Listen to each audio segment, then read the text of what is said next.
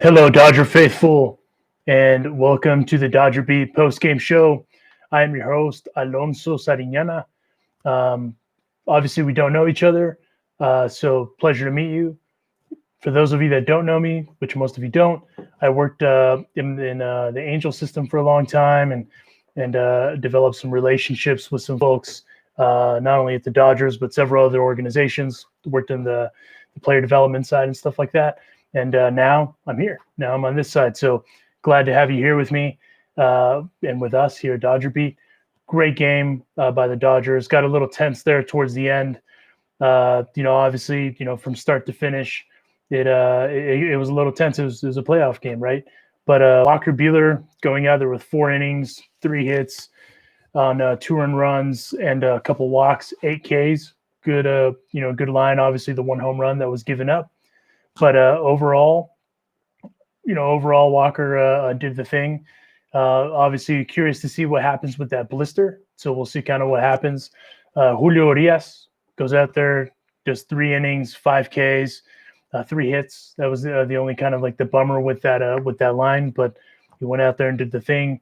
Blake Trinan with just not fair movement whatsoever, going out and just doing what they signed him to do, and obviously Kenley, a little nerve wracking with Kenley going out there and with obviously with the ninth inning role, but all in all, a great Dodger win.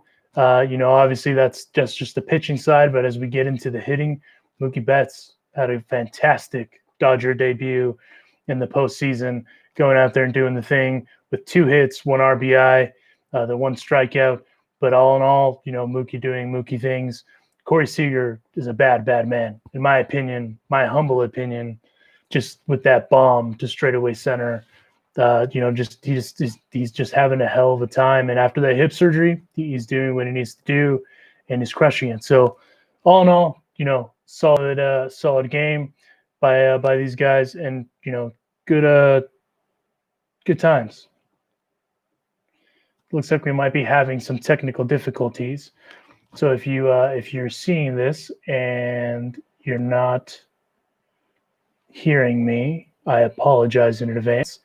But again, if you're watching again, thank you for joining us. It's our first go at this, so we're gonna run into some technical difficulties, and we'll try to sort them out as we go along here. But all in all, the Dodger offense, AJ Pollock going out there with the 1 hit. Cody Bellinger with his single as well. Excuse me.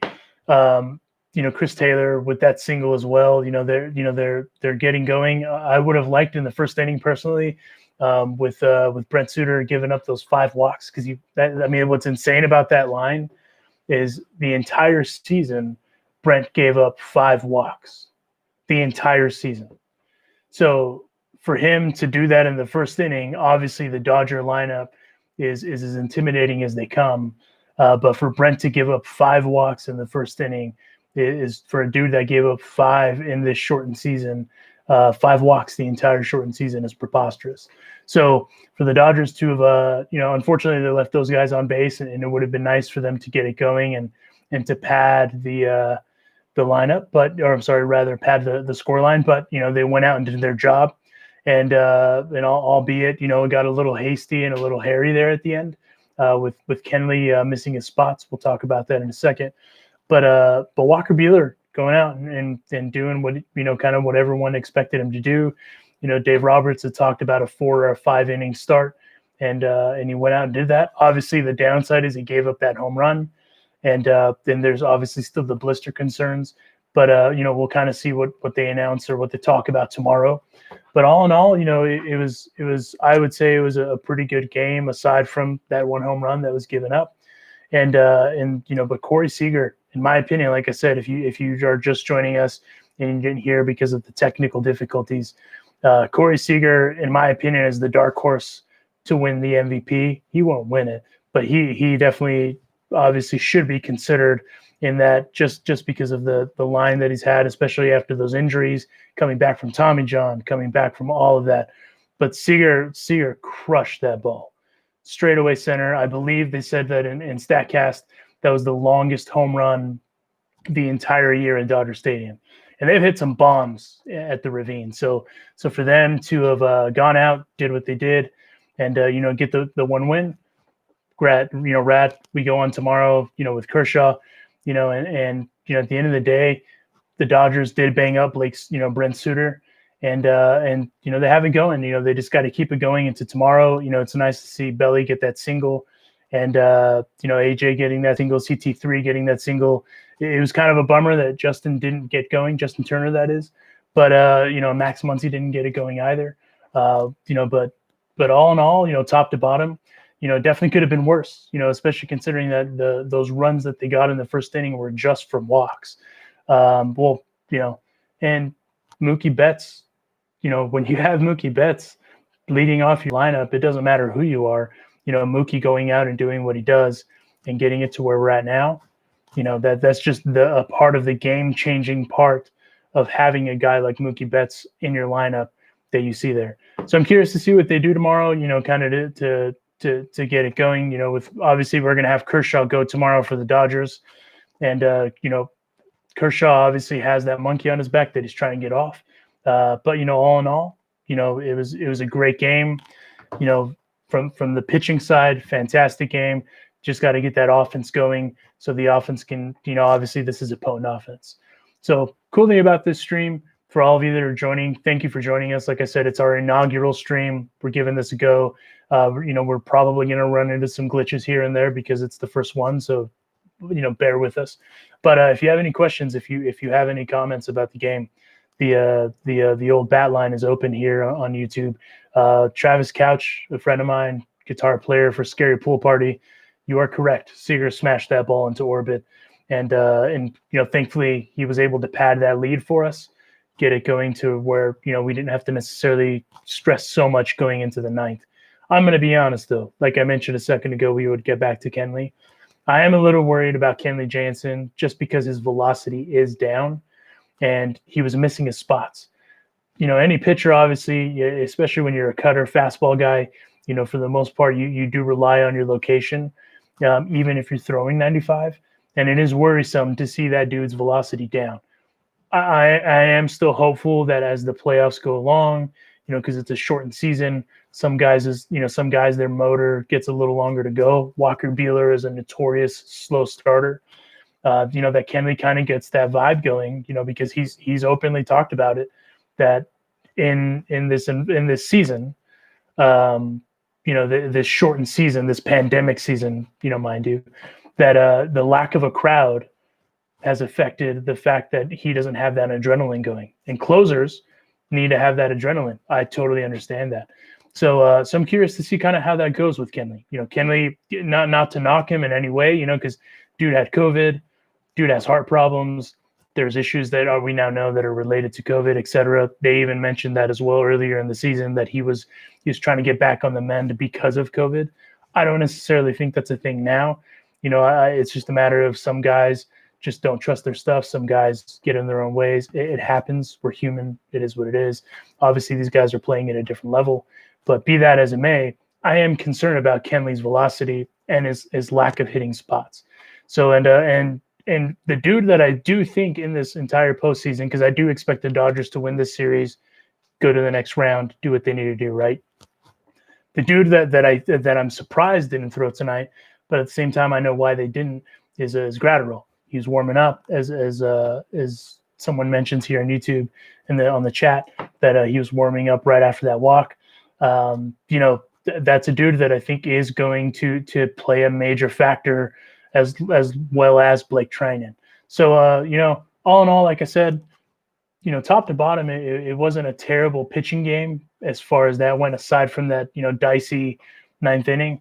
But the Dodgers, they got it going in the first inning. Could they have padded it? Doc even said it in game when they were talking with ESPN that he would have liked to have them get it going. But again, a couple of days off, trying to get everything going, and all in all, top to bottom is a great game by the Dodgers. Great start by Walker, hoping that there's no issues with the blister. I mean, that's the one thing with any pitcher, anyone that's ever pitched at any level. If you have blisters, it just sucks.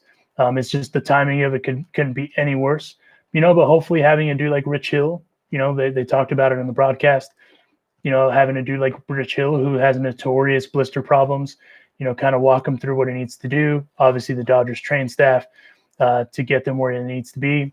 Hopefully it's not an issue going forward. But 4 solid innings aside from that home run by Walker, he was hitting the velocity where it needed to be. That all in all is a good sign, especially with a blister. I mean, they showed a video, a picture, I guess, of that blister. That's a gnarly blister. And it's, on the index finger. So if you're throwing a curveball, if you're throwing a slide piece, a cutter of any kind, it's going to affect you.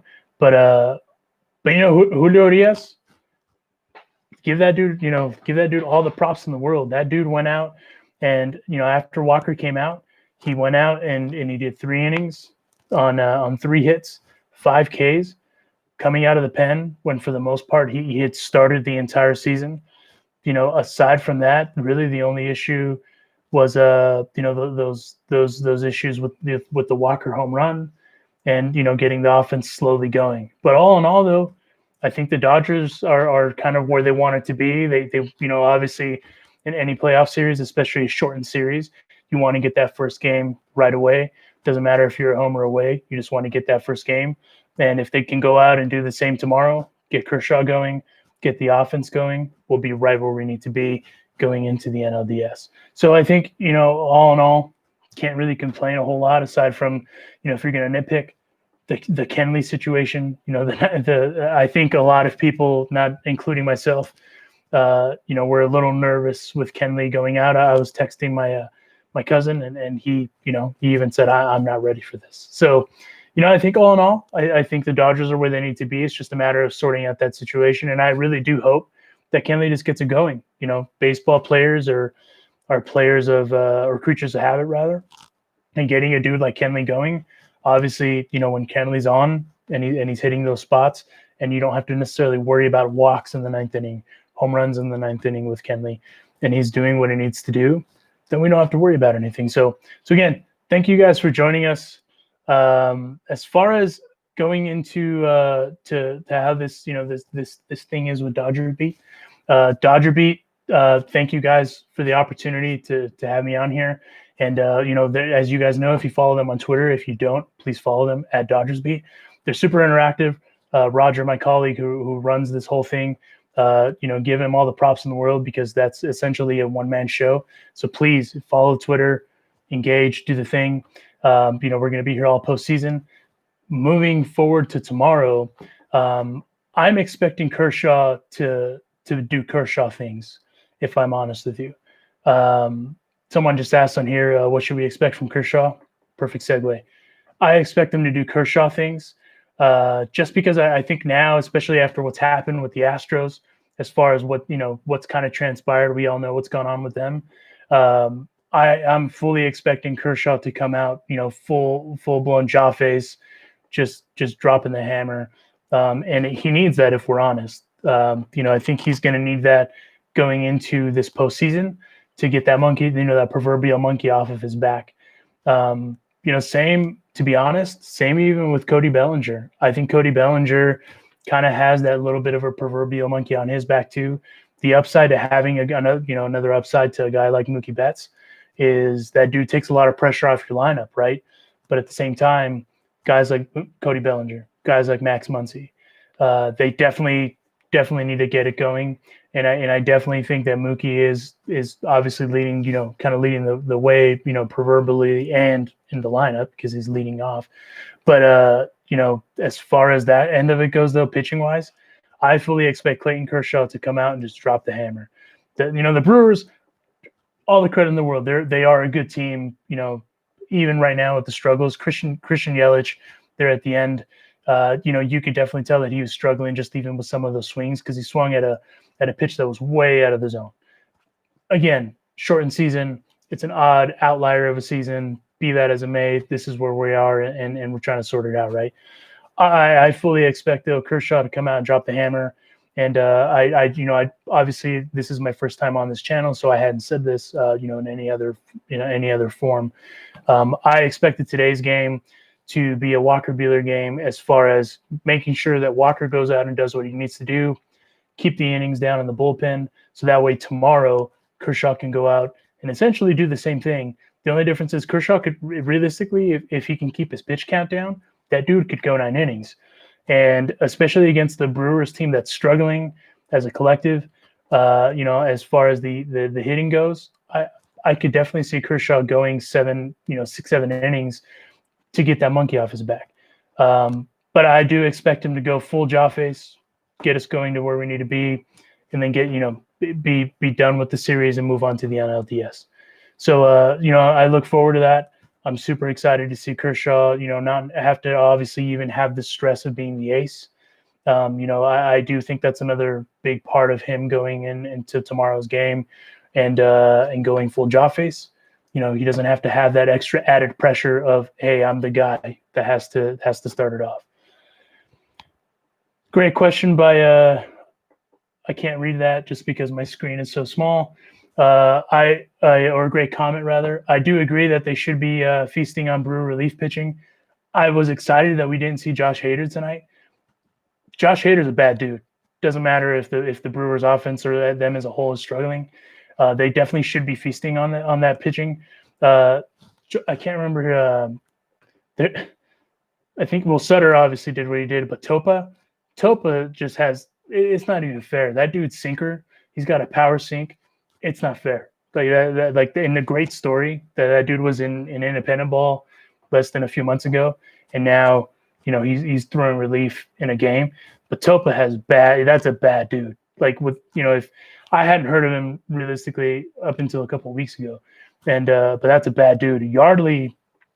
The thing about Yardley and I understand why the Dodgers couldn't feast on him. Yardley has an awkward delivery. So when you're coming up with the sidearm's already incredibly awkward as far as when you're sitting at the plate, the ball is rising up on you. But the other thing with Yardley is the ball has so much movement that it makes it even more awkward for you to get comfortable. So I understand why no one could get a hit off of him. And then you go with Topa with that power sink. It's not even fair. It's not fair. But I mean, where we got lucky is that we didn't see Josh Hader tonight.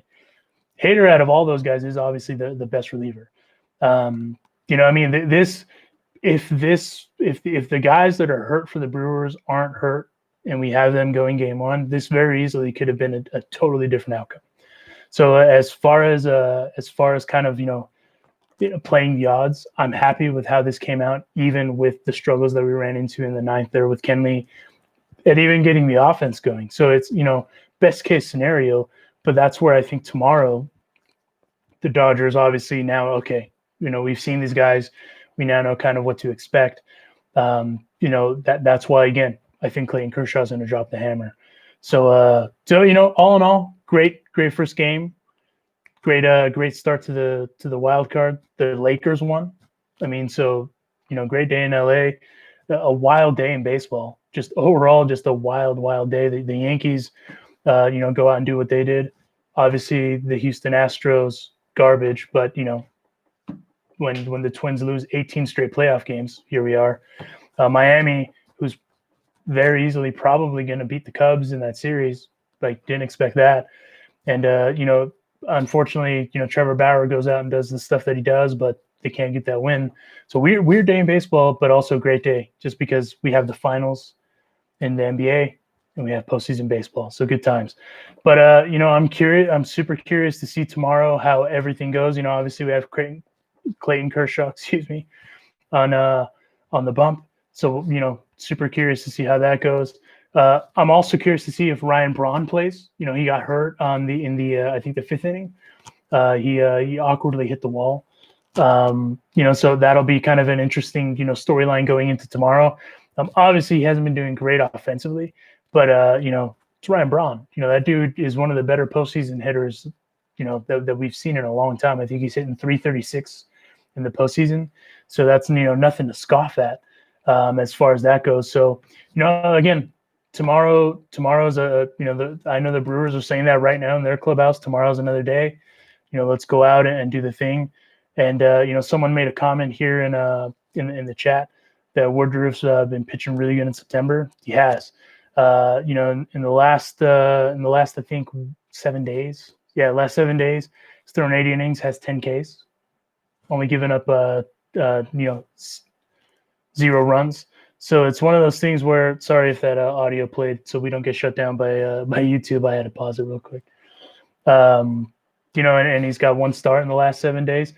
So I mean, that's a dude he's been going out and doing the thing, and obviously Clayton Kershaw is no slouch. So I think tomorrow's pitching matchup is going to be really good. What I hope is Clayton Kershaw goes out and does what he does. They get to Woodruff, early. It's going to be easier said than done, of course.